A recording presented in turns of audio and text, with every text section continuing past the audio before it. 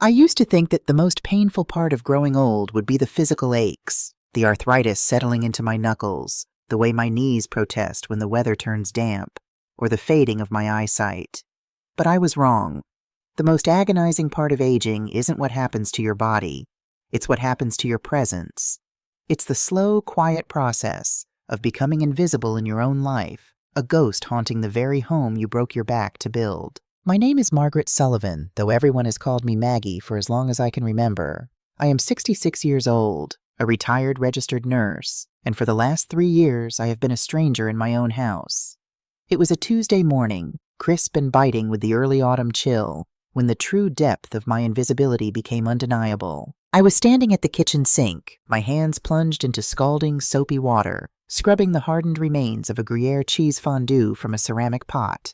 Chloe, my 31-year-old daughter-in-law, had hosted a casual get-together for her influencer friends the night before. By casual, she meant purchasing hundreds of dollars of imported cheeses and artisan crackers on my son's credit card, leaving the house looking like a hurricane had ripped through a Williams-Sonoma, and retiring to bed at midnight without carrying a single plate to the sink. I didn't mind the cleaning. I really didn't. After 40 years on the surgical floor of St. Jude's Hospital, cleaning up messes was practically woven into my DNA. What I minded was the silence, the utter lack of acknowledgement. Footsteps clicked against the hardwood floor behind me. Chloe walked in, wearing a silk robe that probably cost more than my first car, her eyes glued to her iPhone screen. She smelled of expensive espresso and that sickeningly sweet vanilla perfume she bathed in. "Morning," I said, keeping my tone light, trying to ignore the ache in my lower back. Chloe barely glanced up. "Morning? Oh, by the way, Maggie, could you switch laundry detergents? The one you buy at Costco leaves this awful cheap soap smell on Liam's shirts. It's practically giving me a migraine. I texted you a link to this organic small batch brand from Portland. Just order that from now on." She didn't wait for an answer. She poured herself a cup of the coffee I had brewed at 6 a.m, stepped carefully over a stray napkin from her party, and walked out of the kitchen. Not a thank you for the coffee, not a sorry for the mess, just a directive, like I was the hired help. A moment later, my son Liam shuffled in. He was 35, though in a lot of ways he was still the teenager waiting for me to pack his lunch. He had dark circles under his eyes, the result of staying up late playing video games to decompress from his mid-level marketing job.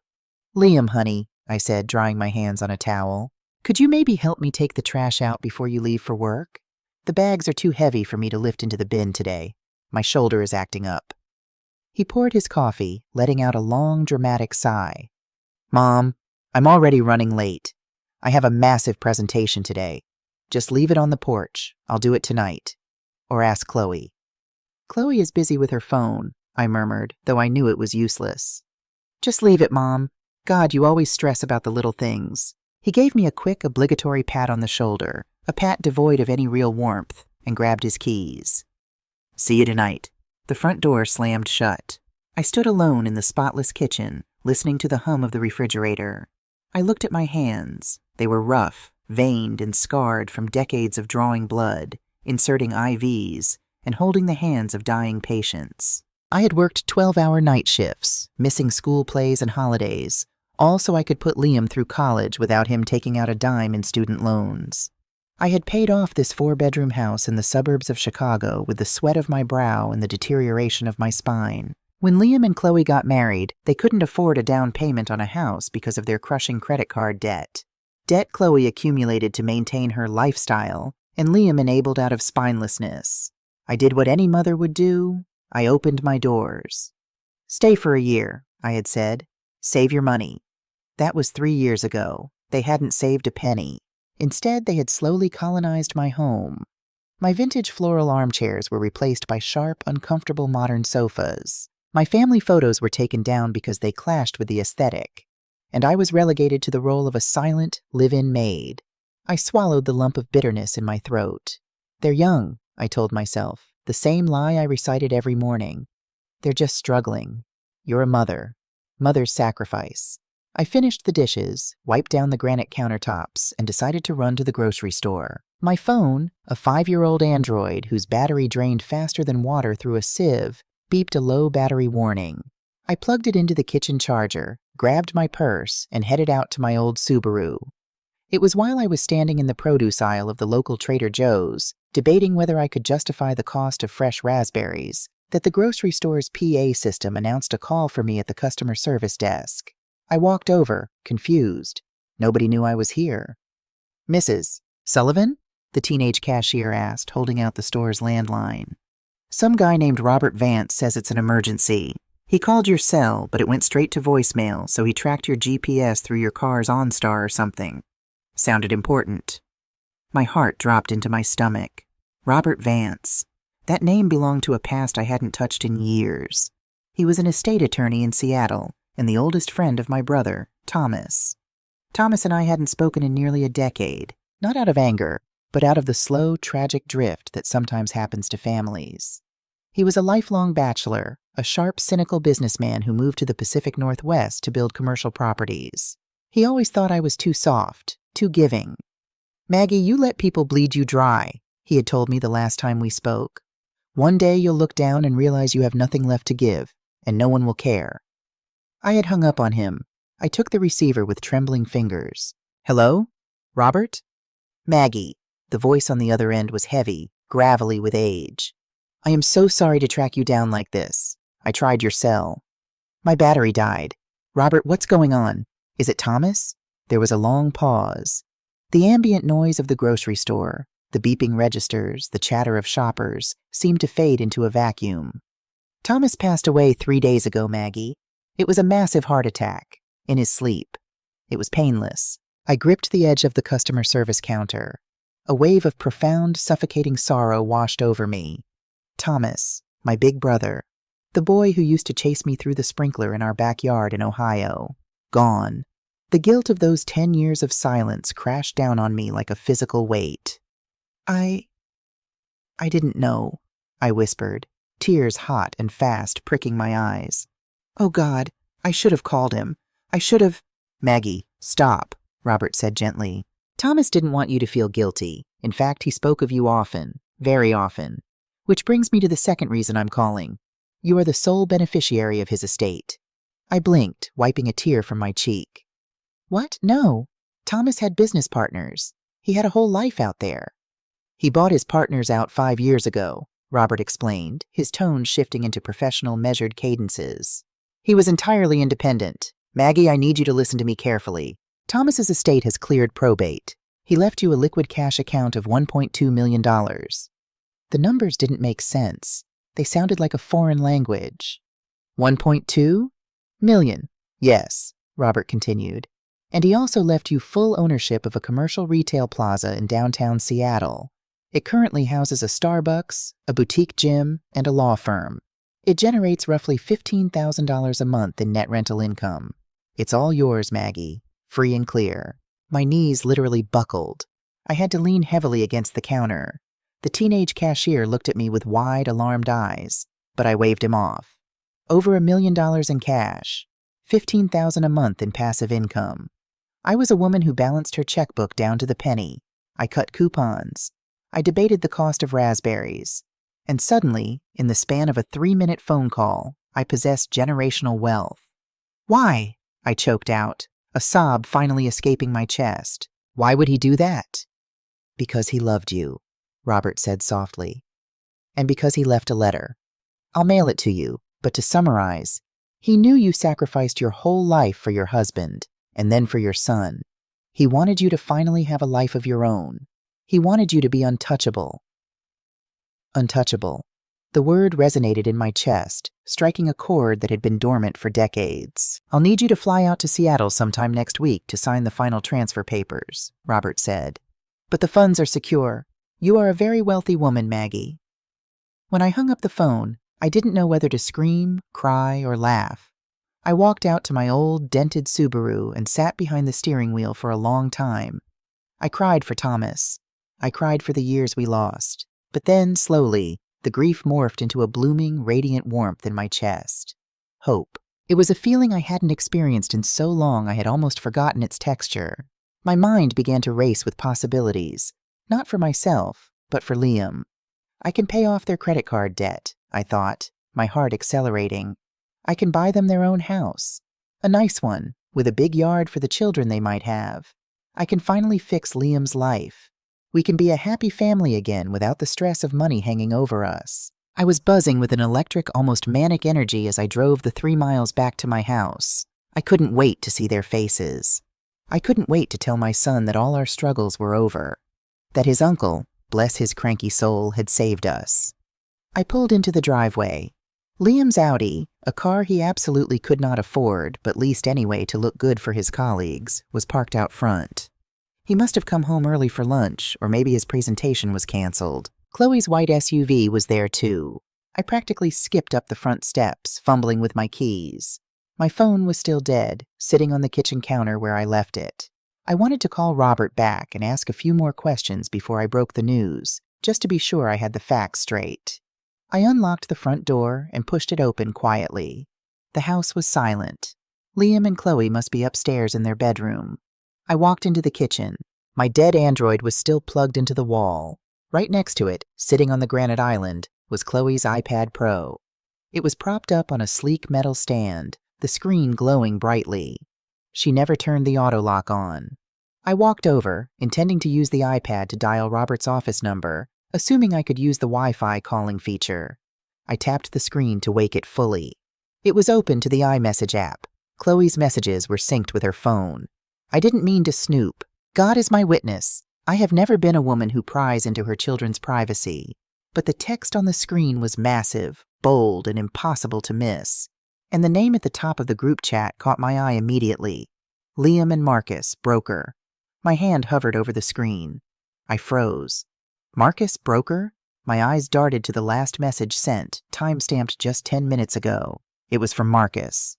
Marcus, broker. Docs are finalized. The $50,000 HELOC is ready for disbursement. Just need to confirm the wiring instructions to your joint checking account. HELOC? A home equity line of credit? On what house? A cold, icy dread began to pool in my stomach, neutralizing the warm buzz of the inheritance in a matter of seconds. I scrolled up. My finger was trembling so violently I almost dropped the iPad. Liam. Perfect. Thanks, Marcus. You're a lifesaver. We were drowning with the Amex bill. Marcus, broker. No problem, man. Just remember the bank is going to place a secondary lien on the property.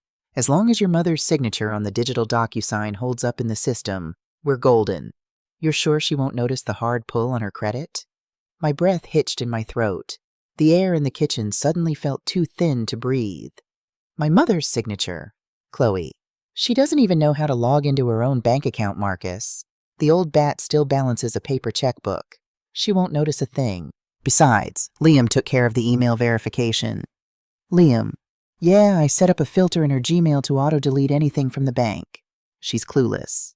I clutched the edge of the granite island, my knuckles turning white. My son. The boy I had carried for 9 months. The boy whose fever I had cooled with wet washcloths at 3 a.m.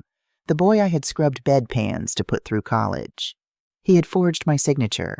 He had taken out a $50,000 loan against my house, the house I owned free and clear, to pay off his wife's credit card debt.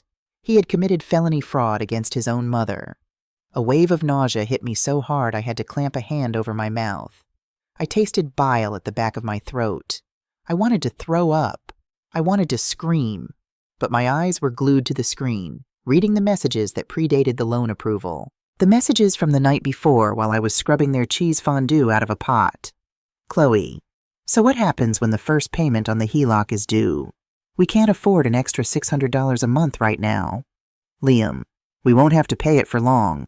I talked to that lawyer friend of mine.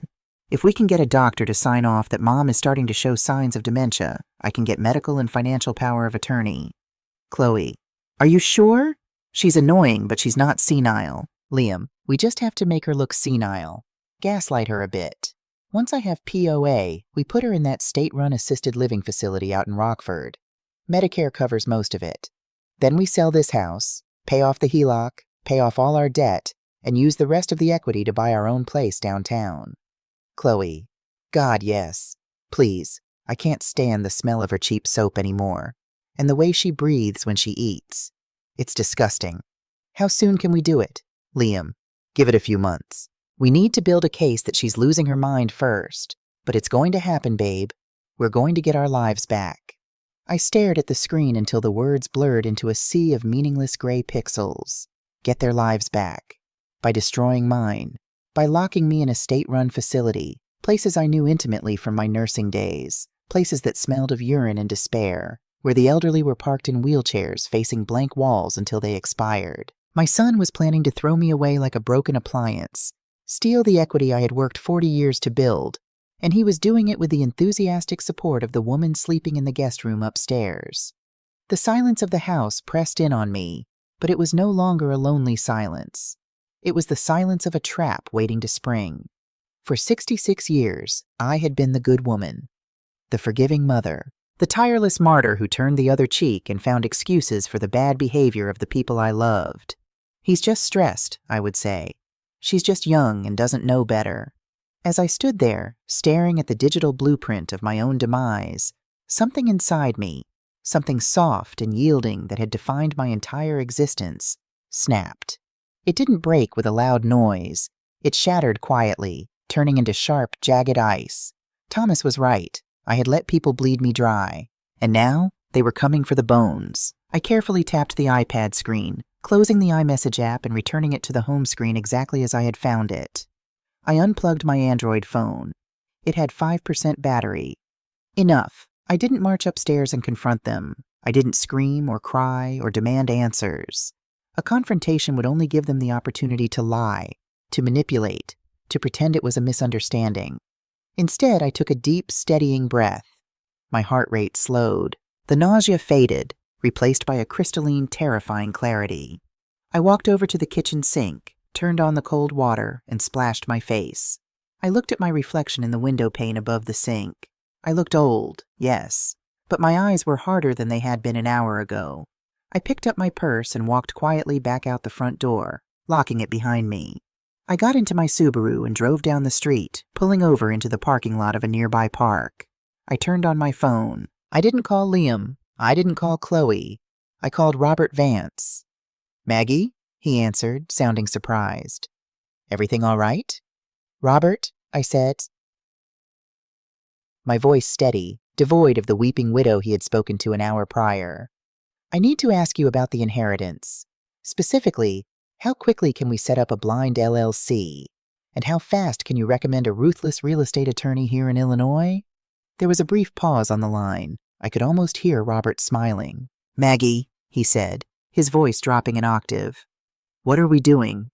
"We," I replied, staring out at the empty park, "are going to protect what is mine. And then we are going to teach my son a lesson in economics." The hardest part about discovering that the people you love are actively plotting your ruin isn't the initial shock. The shock fades eventually. The hardest part is walking back through your own front door, looking them in the eye, and pretending you don't know a thing. When I returned to the house that afternoon, I found Liam and Chloe sitting on the living room sofa, watching some reality renovation show on HGTV. Liam was drinking a craft beer, and Chloe was scrolling mindlessly on her phone. They looked like a perfectly normal, comfortably boring suburban couple. "Hey, Mom," Liam called out, not taking his eyes off the television. "You were gone a while? Get everything you needed?" I paused in the foyer, carefully hanging my coat on the rack. I forced my muscles to relax, painting a look of mild, absent-minded fatigue onto my face. "Just a few errands, honey," I said, my voice adopting the slightly breathy, tired cadence they expected from me. The lines at Trader Joe's were dreadful. "I told you not to go on a Tuesday," Chloe chimed in, her tone dripping with that condescending sweetness she reserved exclusively for me. "You always forget. You always forget." It was a subtle phrase, a tiny little seed planted in the soil of our daily conversation. Before today, I would have brushed it off as Chloe just being Chloe. Now I recognized it for what it was, the opening move of a calculated psychological campaign. Over the next 2 weeks, the house became a battlefield of microaggressions, though I was the only one who knew a war had been declared. While Liam and Chloe went about their days, Liam at his marketing job, Chloe working on her influencer brand from the dining room table, I spent my mornings on secure encrypted phone calls with Robert Vance and his recommended Chicago real estate attorney. We were moving fast. Thomas's estate funds had officially cleared into a secure private trust. Robert had helped me establish a blind entity, Ironclad Holdings LLC, registered in Delaware to ensure maximum anonymity. To the outside world, and certainly to my son, Maggie Sullivan was still a cash-strapped widow living on a fixed pension. In reality, I was the quiet CEO of a multi-million-dollar portfolio. But inside the walls of my home, my son and his wife were accelerating their timeline. It started with my car keys. I always, without fail, placed my keys in the ceramic bowl by the front door. One Thursday morning, I was getting ready to drive to the pharmacy. I reached into the bowl. Empty. I spent 20 minutes searching the foyer, the kitchen, and the living room. Finally, Chloe walked downstairs, sipping her artisanal coffee. "Looking for something, Maggie?" she asked innocently. "My keys. I swear I put them in the bowl." Chloe sighed, a loud, exaggerated sound of pity. She walked straight to the refrigerator, opened it, and pulled my keys from the butter compartment.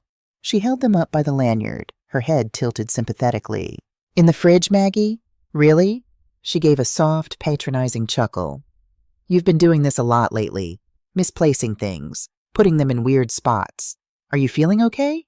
I stared at the cold metal keys dangling from her perfectly manicured fingers. I knew with absolute certainty that I had not put them in the refrigerator. I knew Chloe had moved them. The sheer audacity of it was breathtaking. I don't know how they got in there," I stammered, leaning into the performance. I let my shoulders slump, pressing my fingers to my temples. My mind must have been somewhere else. "You need to be careful," Liam said, walking into the kitchen and adjusting his tie. "Driving might not be safe if you're this distracted, Mom. Maybe you should stay home today." "Maybe you're right," I whispered, taking the keys and retreating to my room. The gaslighting escalated rapidly. Mail I had left on the counter would vanish, only to be found in the trash can. The television remote would disappear and turn up under my pillow. But the most sinister incident happened 3 days later. I had been upstairs organizing my closet when the shrill, piercing shriek of the smoke detector shattered the quiet. I rushed downstairs to find the kitchen filled with a thin haze of gray smoke. The front left burner of the gas stove was on high, a dry, empty frying pan sitting directly over the open flame, its non-stick coating beginning to scorch and smoke. Chloe was standing by the island, aggressively fanning the smoke alarm with a dish towel, her face a mask of manufactured panic. "Maggie, what on earth were you doing?" she shrieked over the beeping alarm. I quickly reached forward and clicked the burner off, my heart pounding. "I wasn't doing anything.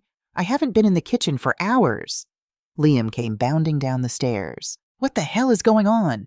"Your mother left the stove on with an empty pan," Chloe cried out, pointing an accusing finger at me.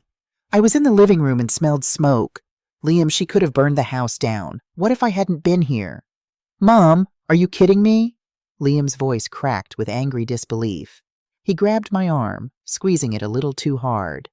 "You left the gas on?" "I didn't," I protested, looking back and forth between them. I looked at the pan.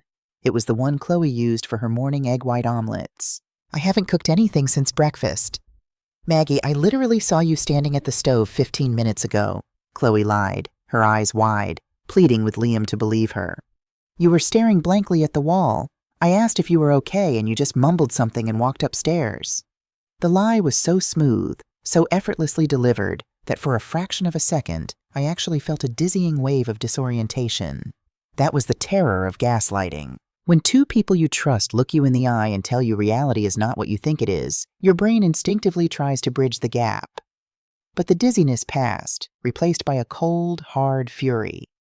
They were establishing a paper trail of incompetence. The missing keys, the memory lapses, the dangerous stove incident. They were building the narrative they would eventually present to a judge to strip me of my rights. "I'm sorry," I said, forcing my voice to tremble. I looked down at my hands, letting them shake visibly. I don't remember turning it on. I'm so sorry, Chloe." Liam exchanged a heavy, significant look with his wife. "Mom, this is getting serious. We need to talk about seeing a doctor."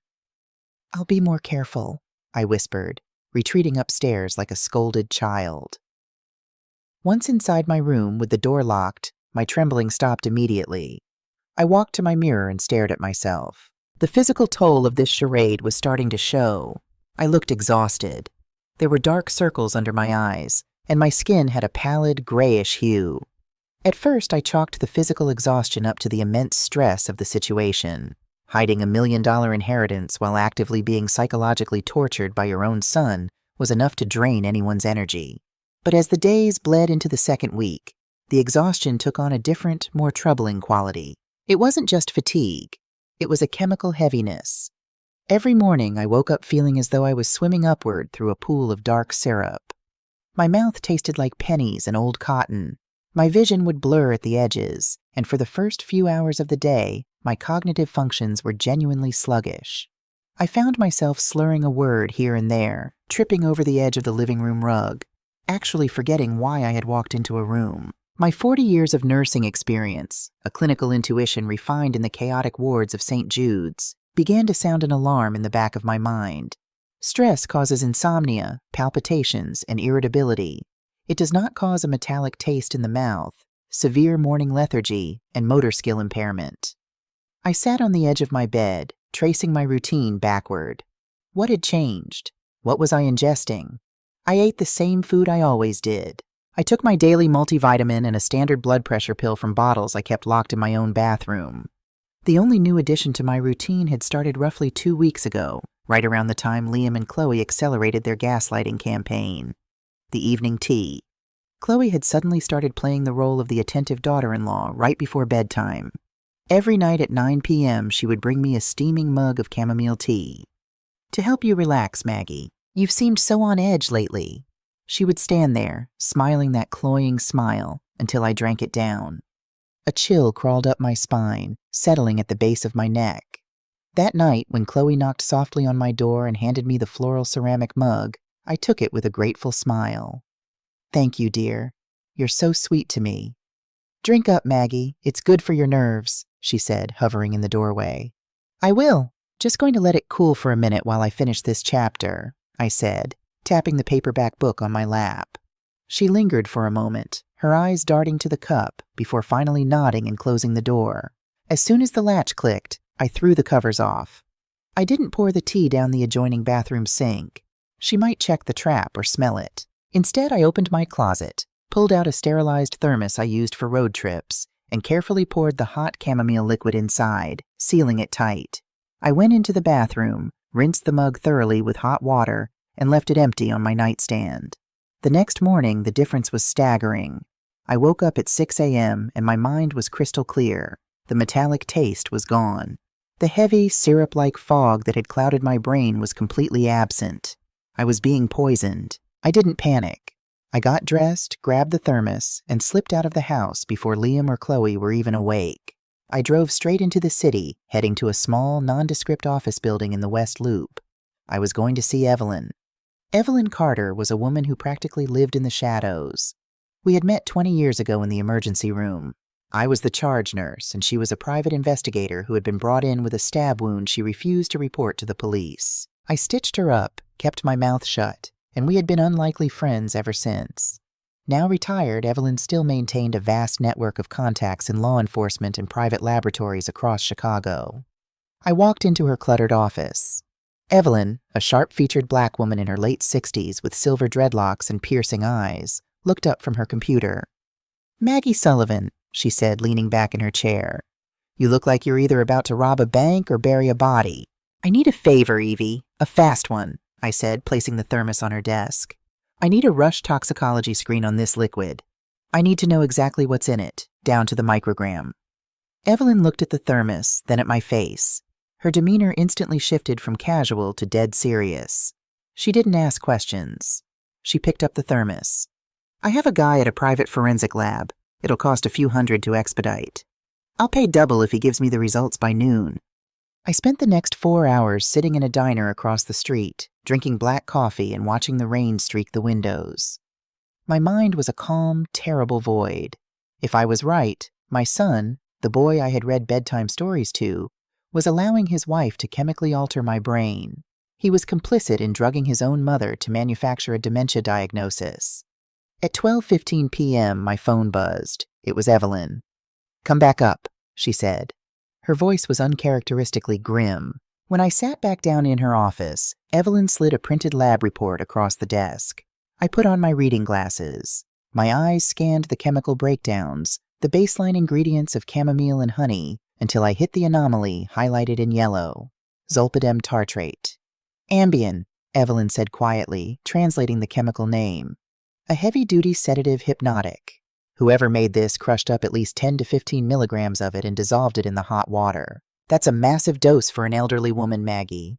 Taken consistently over a couple of weeks, it induces severe daytime lethargy, anterograde amnesia, cognitive impairment, and ataxia. You'd look and act exactly like someone rapidly declining into dementia. I stared at the word on the paper. Zolpidem. Maggie, Evelyn's voice broke through the ringing in my ears. Who gave you this? My daughter-in-law, I whispered. Evelyn cursed under her breath. I'm calling my contacts at CPD right now. We are getting a squad car to your house. This is a felony. This is attempted manslaughter and elder abuse. She reached for her desk phone, but my hand shot out, grabbing her wrist with a strength that surprised both of us. No, I said. Evelyn stared at me. Maggie, are you out of your mind? They are poisoning you. If we call the cops now, what happens? I asked, my voice cold, detached, completely analytical. Chloe will swear she mixed up her own prescription with my vitamins. Liam will play the shocked, devoted son. A high-priced defense attorney will plead it down to accidental negligence. They might get probation, but they will still walk away, and they will still owe $50,000 on my house. So what do you want to do? Evelyn asked, slowly lowering the phone. I want to destroy them, I said. The words tasted like ash, but they were the truest words I had ever spoken. I don't want them to just get a slap on the wrist.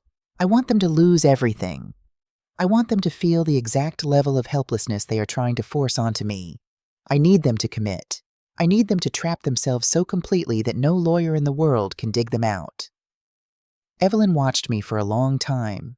Then a slow, dangerous smile spread across her face. You know, Maggie, I always thought you were too nice for your own good. I'm glad to see I was wrong. What do you need me to do?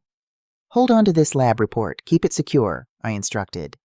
And find me the best hidden cameras money can buy. Small ones, audio and video.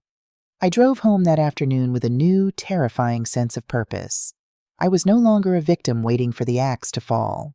I was the architect of their ruin. That night, when Chloe brought me the chamomile tea, I smiled warmly. I waited for her to leave, poured it into the bathroom sink, and washed it down. But the next morning, the performance of my life began. I dragged myself out of bed, purposefully making my hair disheveled. I walked downstairs in mismatched slippers, shuffling my feet. When Liam asked me a question about the electric bill, I stared at him blankly for a full 10 seconds before giving an answer that made absolutely no sense. I let my hands shake when I poured my coffee, spilling it on the counter. I saw the looks they exchanged, the suppressed glee, the triumph. They thought the drugs were finally breaking my brain. 2 days later, Liam approached me while I was sitting in my armchair, staring blankly at a muted television. He knelt beside me, holding a clipboard with a few pages of medical paperwork. Mom, he said gently, using his best, most empathetic voice. The insurance company needs you to update your authorized contact list for the new year, just in case of an emergency. Can you sign this for me? I knew what it was. It wasn't an insurance form. The font was wrong. The letterhead was generic. It was a preliminary consent form, likely an intake document for the shady psychiatrist they had lined up to officially diagnose me. Oh, of course, Liam, I mumbled, my words slurring perfectly. I took the pen. I didn't sign my name, Margaret Sullivan. With a violently shaking hand, I purposefully scrawled a jagged, illegible mess that looked more like Marge Sullivan, trailing off the line entirely. Liam took the clipboard back. He looked at the mangled, pathetic signature. A small, cruel smile ghosted across his lips before he caught himself. Thanks, Mom, he said softly. Don't worry. I'm going to take care of everything. The waiting game is a peculiar kind of psychological torture. For the next 5 days, I lived a double life in my own home. By day, I was the deteriorating, confused mother, stumbling over my words and forgetting where I put the television remote. By night, while Liam and Chloe slept securely in their upstairs bedroom, I was an absolute machine. Evelyn, true to her word, had procured 3 state-of-the-art microcameras. They were ingeniously disguised. One is a standard USB wall charger I plugged in behind the kitchen island. One is a generic carbon monoxide detector I mounted in the hallway, and the last embedded in a decorative faux succulent I placed on the living room coffee table. Sitting in the dark of my bedroom, using a burner laptop Robert Vance had messengered to me, I watched the live feeds. The things I heard my son and his wife say when they thought I was out of earshot or asleep would have broken me a month ago. Now they only served as fuel. "Did you see her at dinner?" Chloe's voice echoed through my headphones one Tuesday night. The night vision camera caught her painting her toenails on my sofa. "She completely zoned out. The tea is working perfectly. God, I hope the doctor buys it. If I have to spend one more month looking at her ugly orthopedic shoes by the front door, I'm going to lose my mind." "He'll buy it," Liam replied. He was pacing the living room, a tumbler of expensive bourbon, bought with his new fraudulently obtained HELOC funds, no doubt, in his hand. "Marcus said this guy, Dr. Sterling, is a rubber stamp. We pay his consultation fee out of pocket. He gives us the dementia diagnosis, and we file for medical and financial power of attorney by Friday. Then we can finally start touring the Rockford facility for her. Make sure they have a locked ward," Chloe added casually, blowing on her nails. "We don't want her wandering out and trying to take a bus back here once we list the house." I closed the laptop screen. I didn't cry. My tear ducts felt as though they had been permanently cauterized. My son wasn't just planning to steal from me. He was actively anticipating locking me away in a secure psychiatric ward to ensure his theft went uninterrupted. The morning of the appointment arrived with a dreary, overcast sky that perfectly matched the suffocating atmosphere in the house. "Mom," Liam said softly, knocking on my door at 8 in the morning. He poked his head in, wearing his best concerned son expression. "Get dressed, okay? I made an appointment for you with a specialist. Just a routine geriatric wellness check. You've been so forgetful lately. Chloe and I are we're worried about you." "A doctor?" I asked, making my voice tremble, pulling the duvet up to my chin like a frightened child. "But I feel fine, Liam. Just a little tired." "It's just a checkup, Maggie," Chloe called out from the hallway, her voice dripping with artificial saccharine. "We'll go out for pancakes afterward. Won't that be fun?" I wanted to vomit, but I nodded meekly. I dressed in a faded cardigan and a pair of loose slacks, intentionally buttoning my sweater unevenly to complete the look of a woman losing her grip on reality. I slid my oversized leather purse over my shoulder. Inside, resting against my wallet, was a crisp, pristine manila folder containing the toxicology report and a few other interesting documents Robert had prepared. The drive to the clinic was agonizingly tense. Liam drove, his fingers tapping anxiously against the steering wheel. Chloe sat in the passenger seat, aggressively texting, probably Marcus the broker, updating him on their progress. I sat in the back, staring out the window, practicing my breathing. In for 4 seconds, hold for 4, out for 4. The clinical breathing exercises I used to teach preoperative patients. Dr. Arthur Sterling's clinic was not located in a prestigious medical pavilion. It was tucked away in a high-end, discreet corporate park in the northern suburbs. The waiting room reeked of generic potpourri and desperation. When we were called back, Dr. Sterling was exactly what I expected. He was a man in his late 50s, wearing a tailored suit under an unbuttoned white coat, sporting a dark tan that suggested he spent more time on the golf course than reading medical journals. He had the slick, polished demeanor of a salesman rather than a healer. "Margaret, so nice to meet you," he said, extending a hand. He didn't look me in the eye. He looked slightly past me. A classic tell of a doctor who didn't actually view his patient as a person, but as a checklist. I gave him a weak, trembling handshake. Liam guided me to the examination chair, acting as though I might shatter into a million pieces. "So, Liam," Dr. Sterling began, sitting at his desk and interlacing his fingers. He spoke entirely to my son, completely ignoring me. "You mentioned over the phone that your mother has been exhibiting significant cognitive decline. Memory lapses, confusion, potentially dangerous behavior at home." "It's been terrifying, Doctor," Liam said, his voice cracking with the performance of a lifetime. He actually squeezed out a tear. "She left the gas stove on last week, almost burned the house down. She forgets her own name sometimes. My wife, Chloe, has had to become her full-time caretaker, and it's breaking our hearts." Chloe reached over and rubbed Liam's back consolingly. "We just want what's best for her, Dr. Sterling. We want her to be safe. We need to be able to manage her affairs so she doesn't accidentally ruin herself financially." "I understand." Dr. Sterling nodded solemnly. It is a tragic but common reality of aging. In order to process the paperwork for a medical and financial power of attorney, I'll need to conduct a standard mini-mental state examination. It's very brief. He finally turned his chair to face me. He picked up a clipboard and a pen. He adopted the slow, loud, patronizing tone people use when talking to toddlers or the deaf. "Margaret, can you hear me, dear?" I blinked slowly, letting my mouth hang open just a fraction. "Yes, doctor." "Excellent. Now, Margaret, can you tell me what year it is?" I paused, looking around the room frantically, acting as though I was searching the beige walls for the answer. "It's 19... No, it's 2012? Liam let out a heavy, tragic sigh. Chloe shook her head sadly. Dr. Sterling made a large checkmark on his clipboard. "Okay, can you tell me who the President of the United States is?" "Obama," I whispered, my voice incredibly fragile. Another checkmark. Dr. Sterling looked at Liam with a grave expression that practically screamed, "Don't worry, you'll have your paperwork in 10 minutes. "All right, Margaret.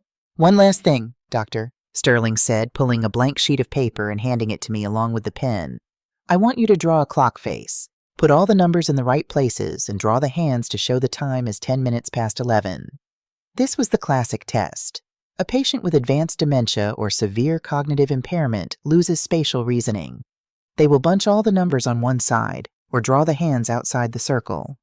I took the pen. My hand was shaking so violently that the pen rattled against the clipboard. Liam leaned forward, his eyes hungry, waiting for me to scribble the messy, confused lines that would legally sign away my freedom, my house, and my life. I placed the tip of the pen on the paper, and then I stopped shaking. Instantly, the tremor in my hand vanished, replaced by the rock-solid steadiness of a nurse who had started thousands of IVs in high-pressure trauma situations. I sat up straight in the examination chair. The stooped, fragile posture melted away. I rolled my shoulders back, looking Dr. Sterling dead in the eyes. The patronizing smile on his face faltered. With perfect, swift precision, I drew a flawless circle. I filled in the numbers, evenly spaced, geometrically perfect. I drew the minute hand pointing exactly to the 2 and the hour hand just past the 11. 10 minutes past 11. I didn't hand the clipboard back. I tossed it onto his desk. It landed with a sharp, loud smack that made Chloe jump in her seat. The silence in the room was sudden and absolute. "It is Thursday, April the 2nd, 2026, I said. My voice was no longer breathy or fragile. It was sharp, clear, and cut through the room like a scalpel. "The President is exactly who we both know it is. And I don't have dementia, Dr. Sterling, though I do have a daughter-in-law who enjoys amateur pharmacy." Liam's jaw actually dropped. The color completely drained from his face, leaving him the shade of old parchment. "Mom, what are you doing?" "Margaret, I'm not sure I understand what's happening here," Dr. Sterling stammered, shifting uncomfortably in his expensive leather chair. "You're about to understand perfectly, Doctor," I said, unzipping my large leather purse.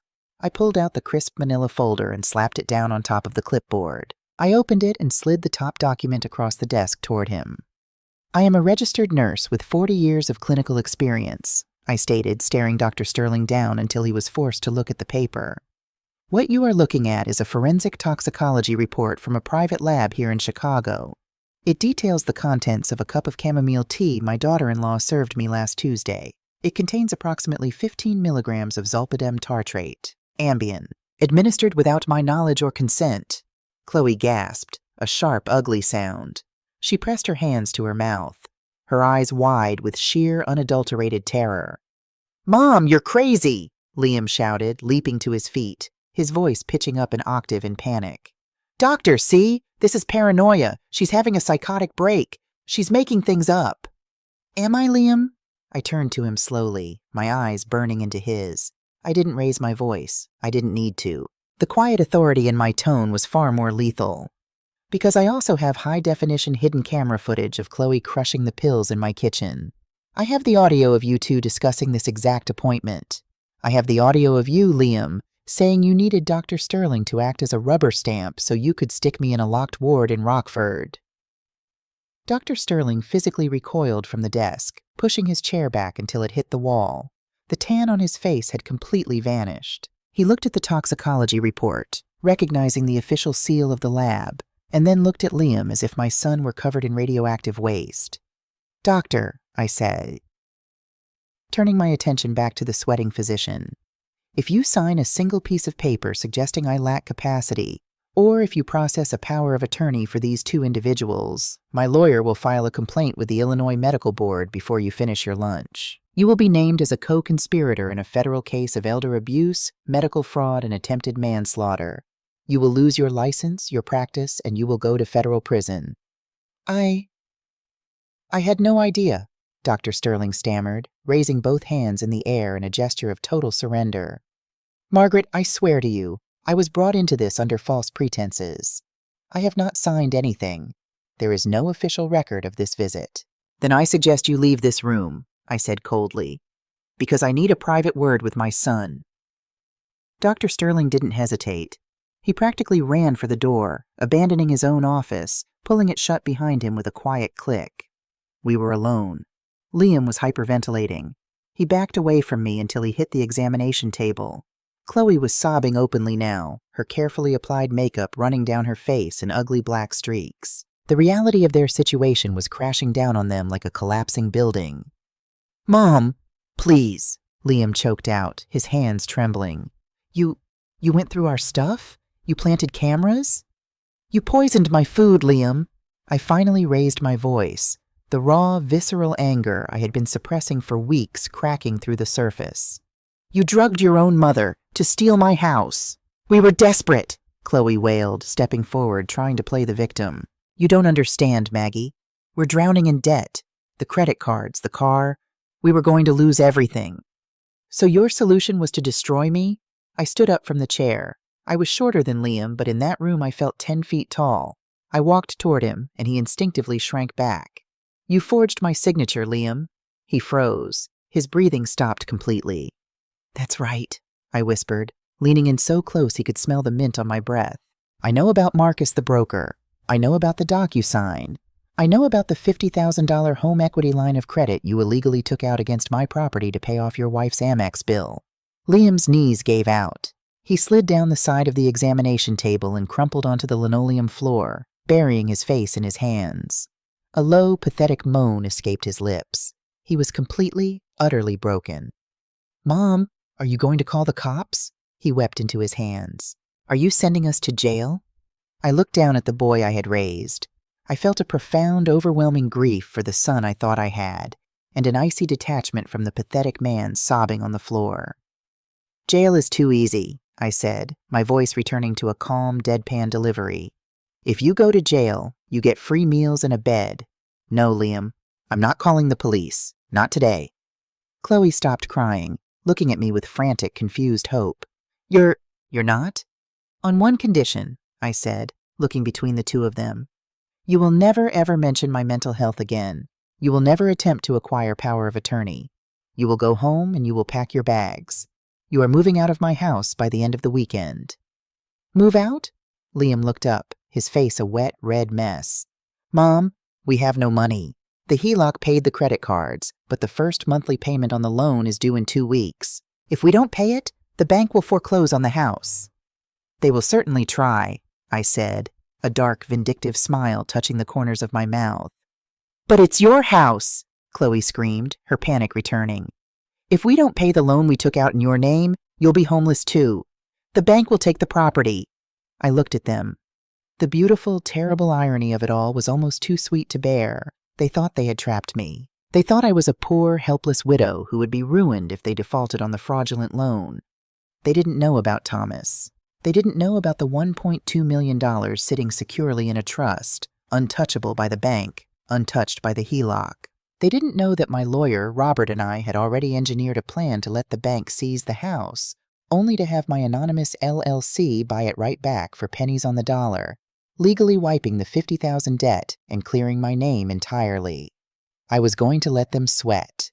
I was going to let them believe they had ruined me, while the anxiety of an impending foreclosure ate them alive from the inside out. "Then I guess we'll all just have to see what the bank does, won't we?" I said smoothly, picking up my purse. I turned my back on them and walked toward the door. "Mom, wait! How are we supposed to live? Where are we supposed to go?" Liam cried out from the floor, his voice echoing in the sterile clinic room. I paused with my hand on the doorknob. I didn't turn around. "You're a smart boy, Liam," I said coldly. "Figure it out. But if I see either of you in my house come Monday morning, the police get the lab report. The choice is yours." I opened the door and walked out into the hallway, leaving them trapped in the nightmare of their own making. For the first time in 3 years, I felt like I could finally breathe. But I wasn't done with them. The real twist, the one that would leave them with absolutely nothing, was still waiting in the wings. The weekend following the disastrous appointment at Dr. Sterling's clinic was the longest 48 hours of my life. I fully expected Liam and Chloe to pack their bags and slink out the front door in the dead of night, too ashamed to face me. But I had severely underestimated the sheer, unadulterated entitlement of my daughter-in-law. Sunday evening arrived, and not a single cardboard box had been packed. I walked into the kitchen to make dinner and found Chloe sitting at the island, aggressively tapping on her iPad. Liam was standing behind her, looking pale and nauseous. "I thought I made myself clear," I said, my voice eerily calm as I pulled a kettle from the cabinet. "You were supposed to be out by tonight." Chloe didn't even look up from her screen. "Actually, Maggie, we're not going anywhere. I spent the weekend consulting with a tenants' rights group online. We've been living at this address for 3 years. We receive mail here. By Illinois state law, we are established tenants. You can't just kick us out with a verbal threat. You have to serve us with a formal, written 30-day eviction notice." She finally looked up, a triumphant, venomous smirk twisting her lips. "So if you want us gone, take us to civil court. But until then, we're staying right here." I looked at my son. He couldn't meet my eyes. He stared at the floor, letting his wife use the law to squat in the home of the woman he had just tried to drug and commit. For a second, the urge to march upstairs, grab the toxicology report, and call the police was overwhelming. I could have them arrested right then and there, but I remembered the plan. I remembered the $1.2 million sitting in my trust and the anonymous LLC I had created. Arresting them now would give them a way out. A messy, legal battle, but a resolution. I didn't want a resolution. I wanted them to feel the walls closing in. "Fine," I said smoothly, turning on the stove. 30 days, which brings us right to the week of Thanksgiving. Consider this your verbal notice. The written one will be taped to your bedroom door by morning. The Cold War began. We lived like ghosts haunting the same house. They stayed in their room or the living room. I stayed in the kitchen or my bedroom. We didn't speak. But the silence was shattered 2 weeks later when the mail arrived. I was the one who checked the mailbox that afternoon. Sitting amongst the junk mail and grocery circulars was a thick, ominous envelope from the bank that held the HELOC. Stamped across the front in bold red letters were the words, "Urgent, time-sensitive material enclosed." I walked into the house, clutching the envelope. Liam was sitting on the sofa, aggressively chewing on his thumbnail, staring at his laptop screen. He was desperately applying for higher-paying jobs, though his resume was as thin as his work ethic. I walked over and dropped the envelope directly onto his keyboard. He jumped, startled. He looked at the bank's logo, and I watched the blood completely drain from his face. His hands trembled as he tore the envelope open. Chloe walked out of the kitchen, sipping a sparkling water, and froze when she saw her husband's face.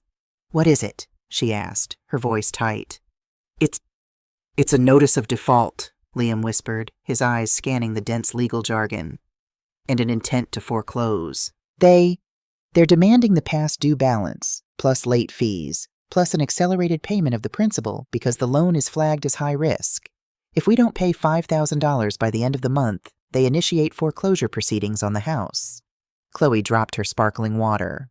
The can hit the rug, fizzing and spraying over my vintage coffee table, but neither of them noticed. $5,000? She shrieked. "Liam, we don't have $500. The credit cards are maxed out again from the groceries and my car payment." Liam looked up at me, his eyes wide with a desperate, pleading terror.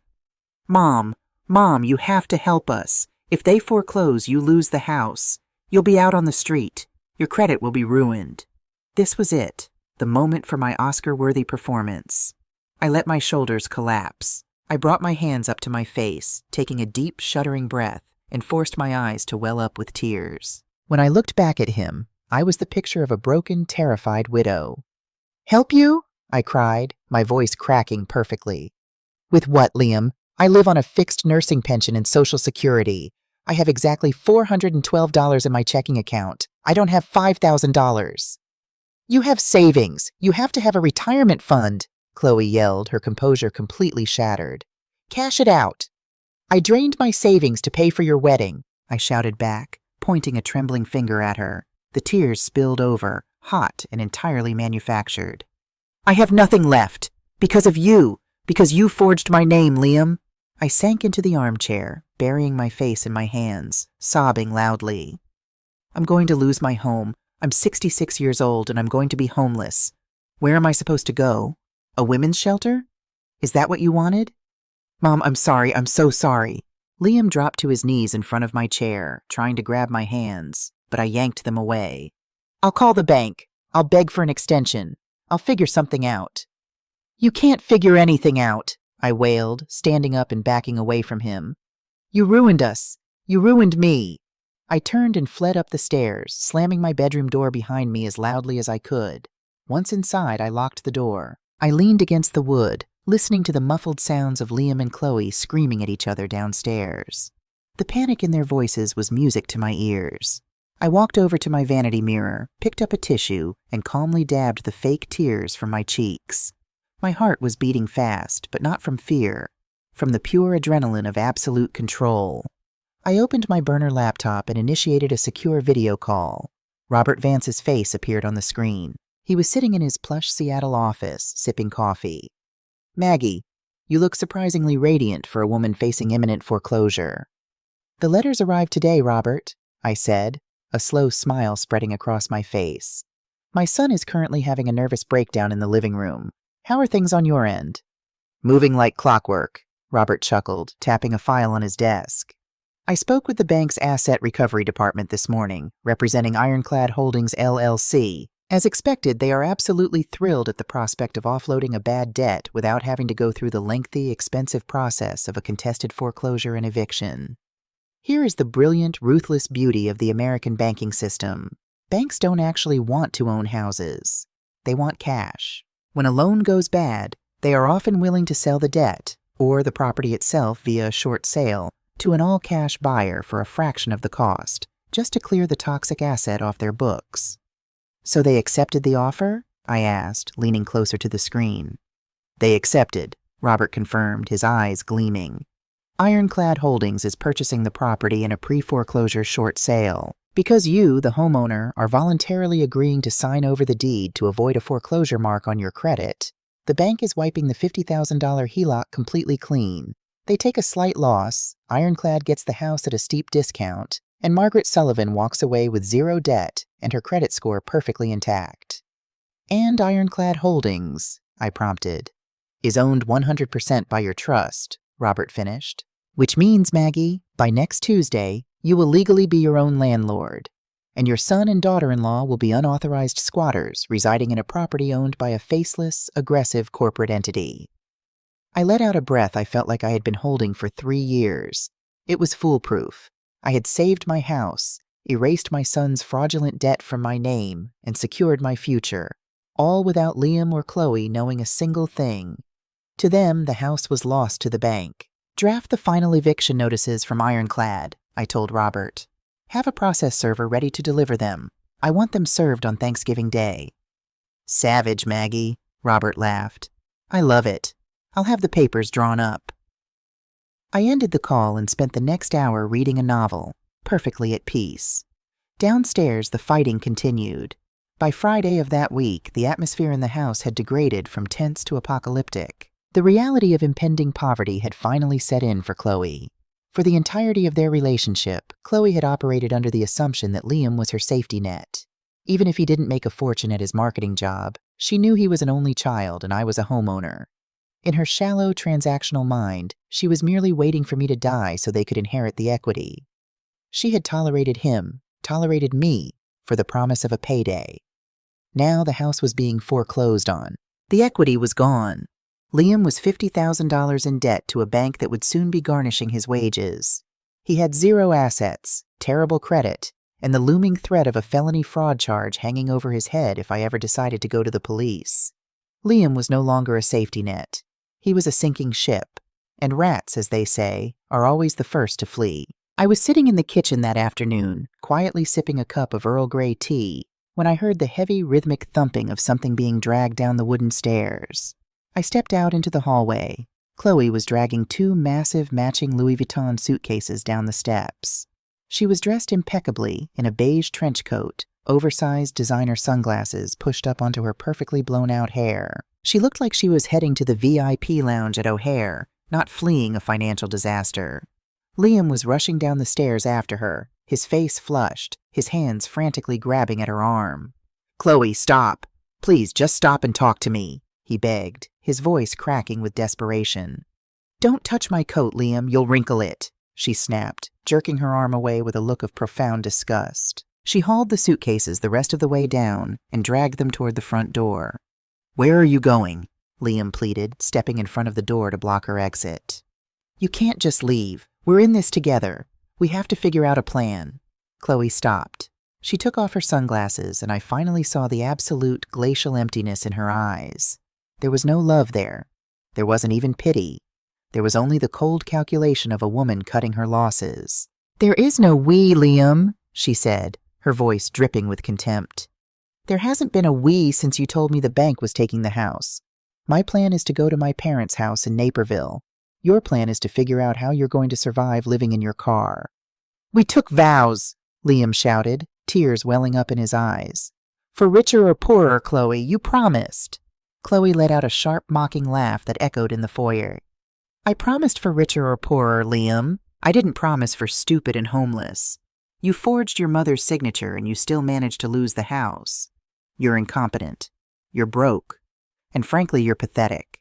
She reached into her designer handbag, pulled out a thick manila envelope, and slapped it hard against Liam's chest. He reflexively caught it.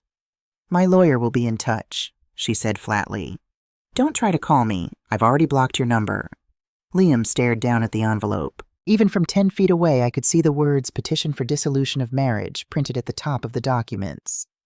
"Chloe, please," Liam whimpered, completely shattered. He looked like a little boy whose balloon had just popped. "Move," she commanded. Liam, thoroughly defeated, stepped aside. Chloe opened the front door. A sleek black Uber SUV was idling in my driveway. The driver got out and began loading her expensive luggage into the trunk. Chloe didn't look back. She didn't say goodbye to him, and she certainly didn't say goodbye to me. She walked out the door, climbed into the back of the SUV, and the car pulled away, disappearing down the suburban street. The silence that fell over the house was deafening. Liam stood in the foyer, holding the divorce papers, staring at the closed front door. His shoulders began to shake. A deep, guttural sob ripped out of his throat, and he slowly slid down the wall until he was sitting on the hardwood floor, burying his face in his hands, weeping uncontrollably. I stood by the kitchen doorway, watching him. Part of me, the old Maggie, the mother who had scrubbed floors and worked night shifts to give him everything, felt a painful, familiar tug in my chest.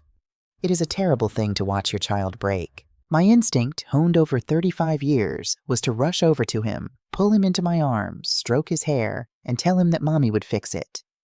I could tell him about the inheritance. I could pay off his debt. I could wipe his tears away and make the bad things disappear, just like I did when he scraped his knee as a boy. But I looked at the divorce papers in his hand. I remembered the toxicology report sitting safely in my purse. I remembered the hidden camera footage of him laughing with his wife about locking me in a psychiatric ward. He wasn't crying because he felt remorse for what he did to me. He was crying because he had been caught. He was crying because he had lost his trophy wife, and because he thought he was going to be poor. He was a victim of his own greed, mourning the consequences of his own actions. I took a sip of my tea. It was still warm. I didn't walk over to him. I didn't offer a word of comfort. I simply turned around, walked back into the kitchen, and started preparing my dinner. He had exactly 5 days left in my house, and when Thanksgiving arrived, the final curtain would fall. Gemini deny, Thanksgiving is traditionally a holiday defined by its sensory experiences. The rich, savory smell of roasting turkey, the muffled sounds of a parade playing on the television, the warmth of a house filled with family. But on this particular Thanksgiving Thursday, my house was as cold and silent as a mausoleum. Liam had spent the 5 days since Chloe's departure existing in a state of catatonic shock. He slept on the sofa in the same wrinkled clothes, surrounded by empty takeout containers.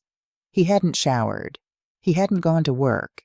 He had called in sick, though I suspected he was on the verge of being fired anyway. He was a man waiting for the executioner, terrified of the impending foreclosure, mourning a wife who had discarded him like a piece of junk mail. I, on the other hand, had spent the week preparing for a rebirth.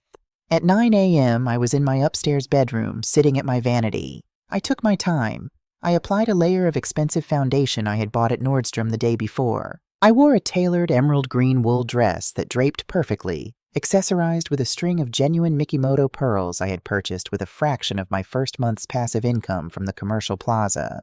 I slipped on a pair of leather pumps. When I looked in the mirror, the tired, stooped, gray-faced widow was gone.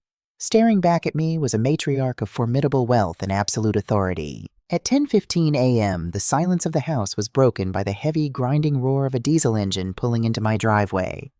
I walked to the window and parted the blinds.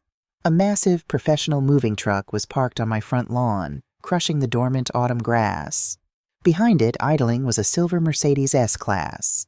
Chloe stepped out of the passenger side of the Mercedes, bundled in a designer cashmere wrap. From the driver's side emerged her father, Richard Kensington, a wealthy, arrogant real estate developer who had always treated me with thinly veiled disdain. Her mother, Susan, stepped out of the back, adjusting her oversized sunglasses and looking at my modest suburban home as if it were an infectious disease. They had come for Chloe's things: the custom Italian leather sofa she had bought on Liam's credit card, the espresso machine, the designer rugs. She was taking the spoils of her fraudulent marriage before the bank could lock the doors. I smiled. The timing couldn't have been more poetic. I listened to the front door open downstairs. Liam hadn't even bothered to lock it. I heard the heavy boots of the movers entering the foyer, followed by the sharp, clicking heels of Susan and Chloe. "God, it smells like stale beer and depression in here." Chloe's voice drifted up the stairs, sharp and cruel. "You guys start in the living room. The sectional sofa, the television, and the imported coffee table. Be careful with the marble top." "Chloe?" I heard Liam's voice, raspy and weak. What are you doing?" "Taking what's mine, Liam," she snapped, "before the bank forecloses and locks it all inside. My lawyer said I have every right to retrieve my personal property." "Liam, really?" Richard Kensington's booming, pompous voice echoed in my hallway. "You should be thanking us for handling this quietly. It's a tragedy what you've done to your mother's finances. But frankly, I always knew you lacked the business acumen to maintain a household. Chloe is lucky to be escaping this sinking ship." I picked up a thick, leather-bound portfolio from my bed. Inside were 3 distinct folders. I walked out of my bedroom and stood at the top of the staircase, looking down at the spectacle unfolding in my foyer. "No one is taking a single piece of furniture out of this house," I said. My voice wasn't loud, but it carried a resonant, icy command that instantly froze the room. The 2 burly movers paused with their hands on the living room sofa. Liam looked up from the floor, his bloodshot eyes widening at the sight of me. Chloe, Richard, and Susan all turned to stare. For a moment, they were completely speechless. They were expecting the frail, confused old woman in an oversized cardigan, crying over her lost home. They were not expecting the polished, imposing woman descending the stairs with the posture of a queen. Susan Kensington was the first to recover her snobbery. "Margaret," she said, her lips pursing into a tight, condescending smile. "Dressing up won't change reality, dear. The bank is taking the house. Chloe is simply securing her investments. It's such a shame you couldn't manage your finances better in your old age." I reached the bottom of the stairs and walked slowly into the center of the living room, stopping a few feet away from the Kensington family. Liam scrambled to his feet, hovering anxiously in the background. "You're right about one thing, Susan," I said smoothly, running a hand over the smooth leather of my portfolio. "Reality cannot be changed, but your perception of reality? That is about to be violently altered." I looked at the movers. "Gentlemen, you can step outside. You won't be carrying anything out of here today." The movers, sensing the radioactive tension in the room, didn't argue. They dropped the sofa cushions and practically sprinted out the front door, leaving it ajar. "Maggie, don't make this difficult," Chloe sighed, crossing her arms, trying to project boredom. "You don't own this stuff. Liam bought it. Liam bought it with a $50,000 home equity line of credit, drawn against this house, using a forged signature," I corrected. my voice dropping the temperature in the room by 10 degrees. Chloe flinched. Richard Kensington's heavy brows furrowed. "What did you say?" he demanded, looking at Liam.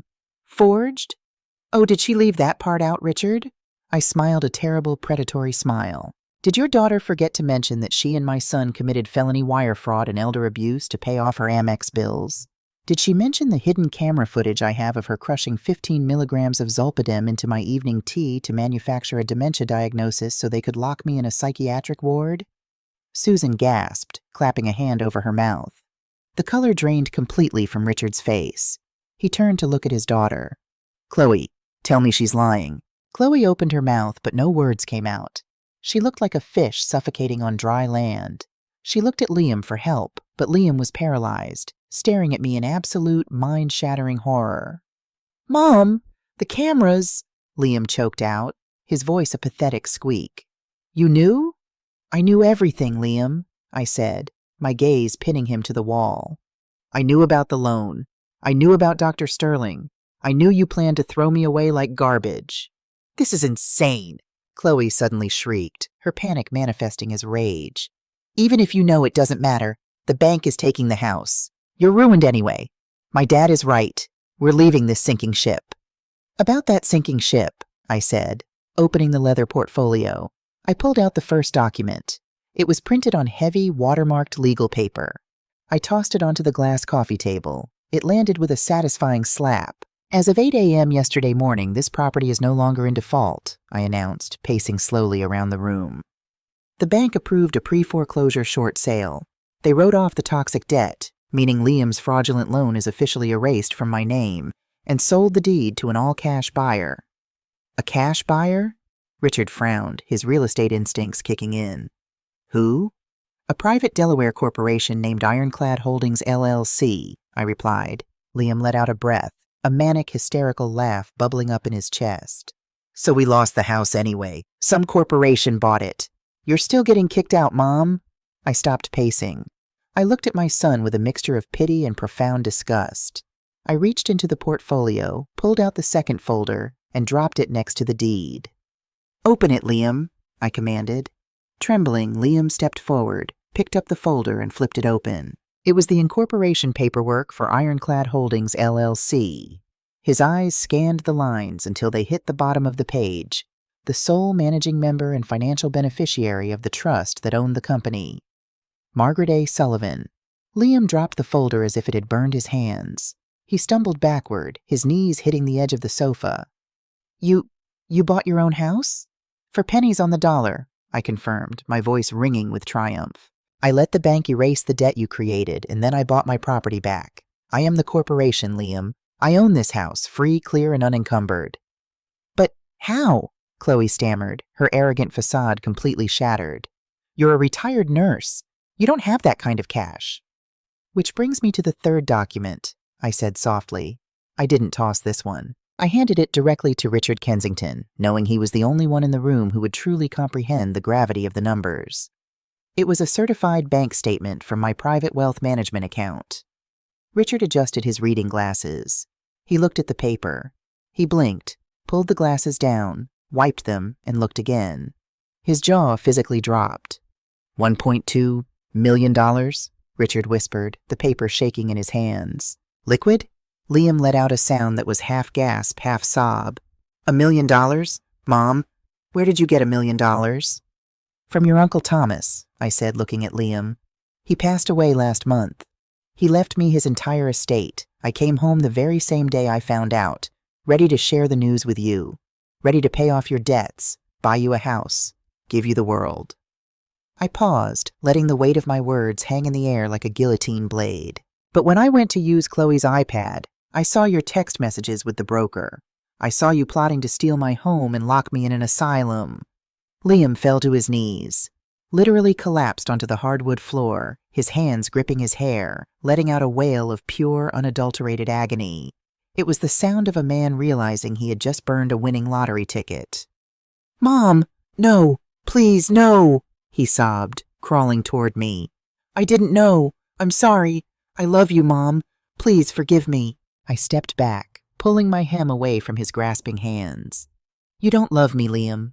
You love my utility. You love what I can do for you. But the well is officially dry. Chloe, meanwhile, was experiencing a rapid, terrifying recalibration in her calculating brain. Her husband, whom she had just filed to divorce for being broke, was the only son of a millionaire. "Maggie," Chloe started, her voice suddenly sickeningly sweet, taking a step toward me with her hands clasped in front of her. "This has all been a terrible misunderstanding. The stress of the debt. It made us crazy. But we're family. We can fix this. Liam and I, we can tear up the divorce papers today." I looked at her, truly amazed by the depth of her sociopathy. But before I could address her, Richard Kensington spoke up.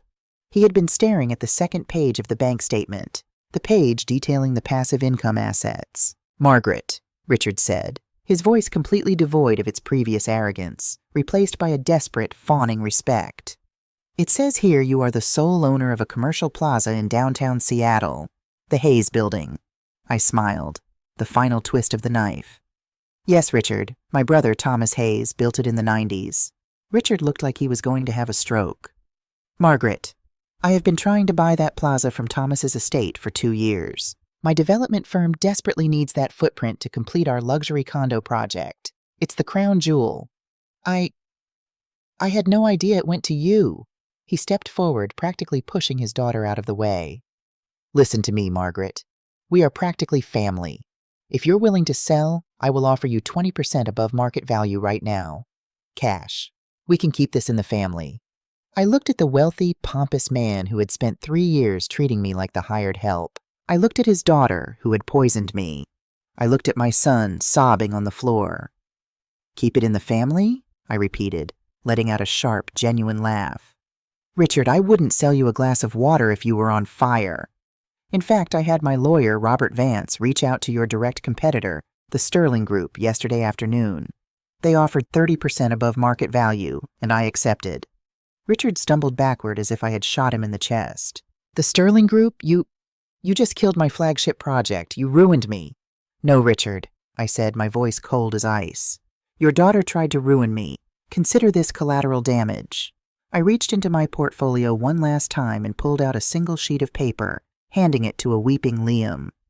"This is a formal, legally binding notice of eviction, served on behalf of Ironclad Holdings, LLC, I stated, my voice echoing in the silent house. "You have exactly 24 hours to vacate this property. If you or Chloe are on these premises by noon tomorrow, the police will be called for criminal trespassing. And I promise you, if you force me to call the police, I will hand them the toxicology report." "Mom, where am I supposed to go?" Liam wept, clutching the eviction notice to his chest. "I have no money. I have nothing." "You have exactly what you gave me," I said quietly. "Nothing." I didn't wait for a response. I didn't need to hear their excuses, their begging, or their tears. The performance was over. The curtain had fallen. I turned around, walked past the stunned Kensington family, and out my own front door. The crisp November air hit my face, smelling of pine needles and wood smoke. It smelled like freedom. A sleek black town car was idling at the curb, arranged by Robert Vance. The driver, a polite young man in a suit, opened the rear door for me. "To the airport, Mrs. Sullivan?" he asked respectfully. "Yes, please," I replied, sliding into the plush leather seat. "First class to Seattle." As the car pulled away from the curb, I didn't look back at the house. I didn't look back at the life I had spent 40 years building, or the son I had lost to greed. I looked forward. My brother Thomas had given me a gift, not just the money, but the permission to finally be selfish, to be untouchable. I was 66 years old, and for the first time in my life, I wasn't Liam's mother, or a hospital nurse, or a burden to be discarded. I was Maggie Sullivan, and my life was just beginning.